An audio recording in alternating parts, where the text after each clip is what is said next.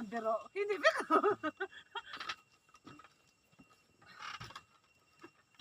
anh lật suốt lật over lâu thì con sống và nó công việc vô đâm lầu đâu ăn đâu lầu đâu tu cái mình liếm từ tuôn vào bộ thì tụi mỏ không ăn tê tê lầu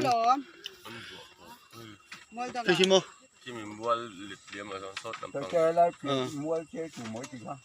hey sao mi tang khi bu lâu mình túc khi mà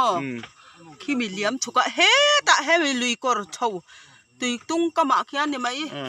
cái này anh là biết lẽ đấy mà đây mua tiền chơi chủ mỗi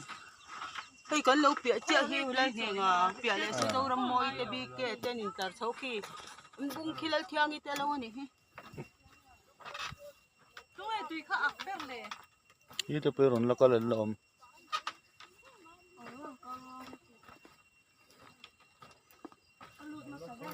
và phát triển ẩm cũng sao nó lại không nó là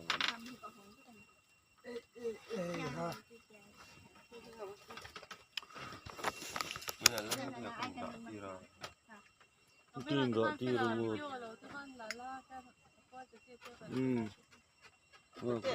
con nhìn thấy cái này thấy